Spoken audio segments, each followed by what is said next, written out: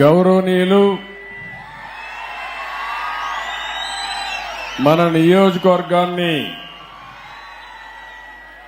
నేను లేనప్పుడు ఇన్ఛార్జిగా ఉండి సమర్థవంతంగా నడిపిస్తున్నటువంటి గౌరవ శాసన మండలి సభ్యుడు శ్రీకాంత్ గారు,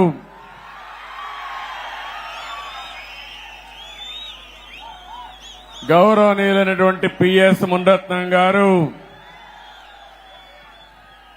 అన్ని మండలాల అధ్యక్షులు, గౌరవ మున్సిపల్ కౌన్సిలర్లు, సహచర మంత్రివర్గ సభ్యులు రాంప్రసాద్ రెడ్డి గారు,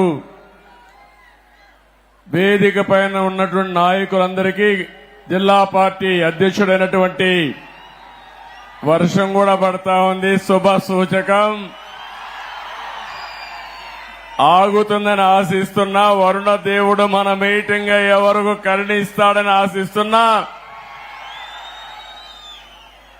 జిల్లా పార్టీ అధ్యక్షుడు నాని గారు, నాకు ఆత్మ బంధువులు, నా కుటుంబ సభ్యులు, ఎప్పుడు కుప్పంలో ఉండే ప్రజానీకమైతే ఎన్నిసార్లు గెలిపించినా ఇంకా ఎక్కువ మెజార్టీతోనే గెలిపిస్తున్నారు. అలాంటి మీ అందరికీ పేరు పేరున మనస్ఫూర్తిగా నా అభినందనలు, మనస్ఫూర్తిగా ధన్యవాదాలు. కుప్పంలో ఉండే ప్రజలందరికీ శిరస్సు వంచి పాదాభివందనం చేస్తున్నాను.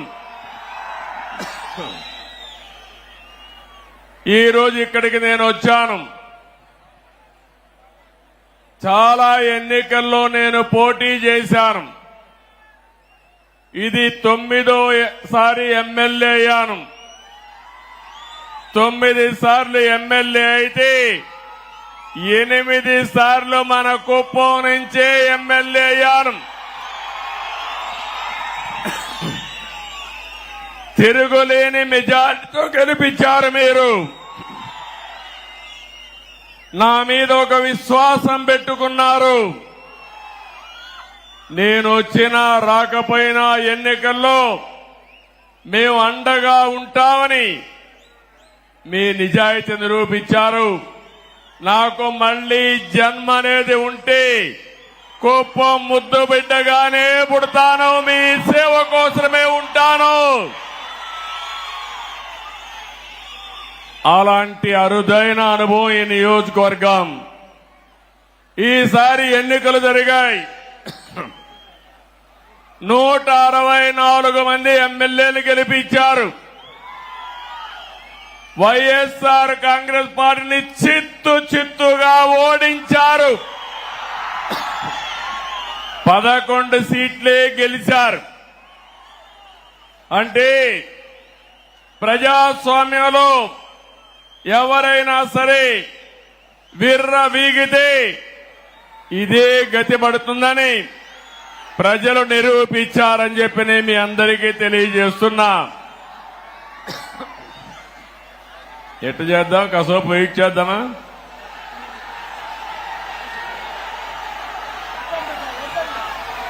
కంటిన్యూ చేద్దామా? 2 నిమిషాలు వెయిట్ చేద్దామా? ఓకే.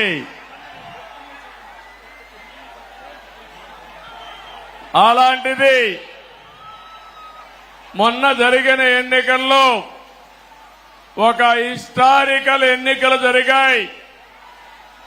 మన చిత్తూరు పార్లమెంటు చూస్తే 7 అసెంబ్లీలకు 7 గెలిపించి తిరుగులేని మెజారిటీ ఇచ్చారు మీరందరూ.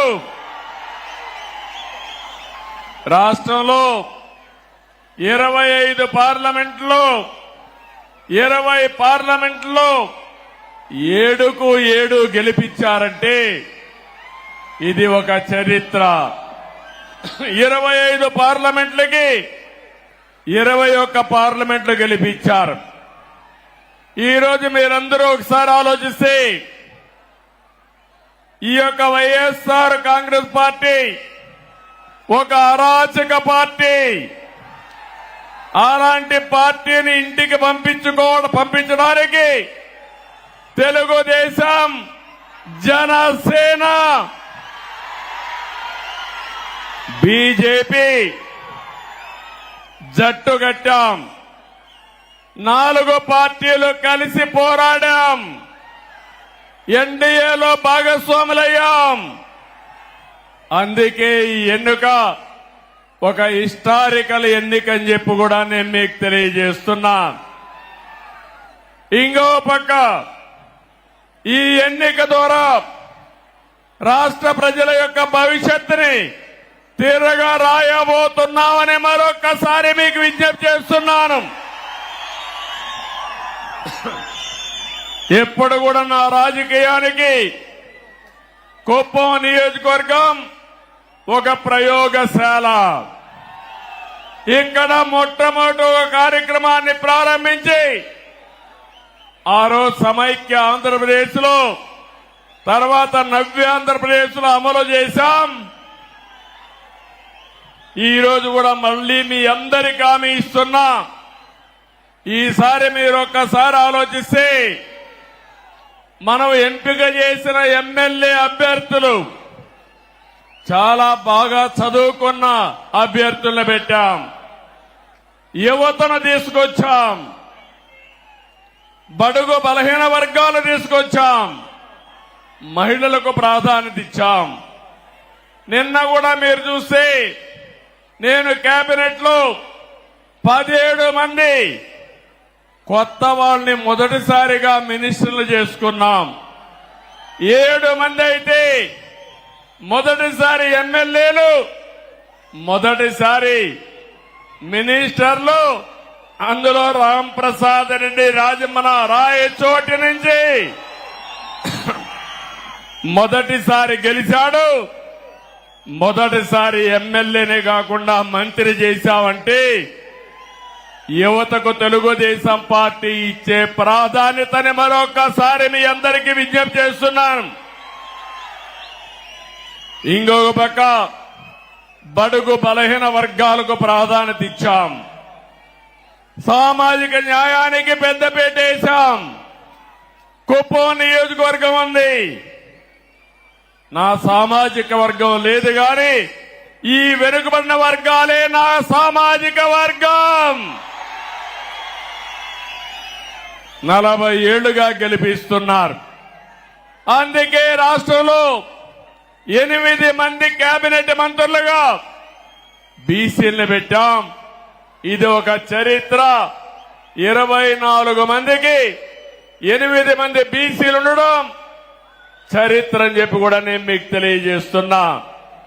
ఈరోజు 4వసారి నేను ముఖ్యమంత్రిగా ప్రమాణ స్వీకారం చేశాను. ప్రమాణ స్వీకారం చేస్తానే పోలవరం పోయాను, అమరావతికి వెళ్లాను, అసెంబ్లీ సమావేశాలు పెట్టుకున్నాం, కేబినెట్ సమావేశం పెట్టుకున్నాం. తర్వాత నాకు ప్రత్యక్ష దేవుళ్ళైన కుప్పం దేవుళ్ళని కలవడానికి ఇక్కడికి వచ్చాను.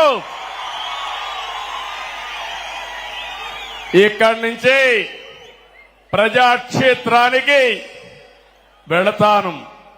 వెళ్లే ముందు మీ ఆశీస్సులు తీసుకోవాలని, మీ అందరితో కలిసి మాట్లాడాలని, మిమ్మల్ని చూడాలనే ఉద్దేశంతోనే నేను ఇక్కడికి వచ్చాను. నేను ఈరోజు ఒకే ఒక విషయం మీ అందరికీ విజ్ఞప్తి చేస్తున్నాను. నేను మీకు రుణపడి ఉన్నాను. 5 ఏళ్లలో మీ రుణం తీర్చుకుంటానని మరొక్కసారి మీ అందరికీ హామీ ఇస్తున్నా, వాగ్దానం ఇస్తున్నా. అన్ని విధాలా అభివృద్ధి చేస్తాను. భగవంతుడు నాకు ఎంత శక్తి ఇస్తే అంత శక్తిని ఉపయోగించి కుప్పాన్ని అగ్రస్థానంలో పెట్టడానికి ప్రయత్నం చేస్తాను. నా జీవితాశయం ఒకటే, పేదరికం లేని సమాజం.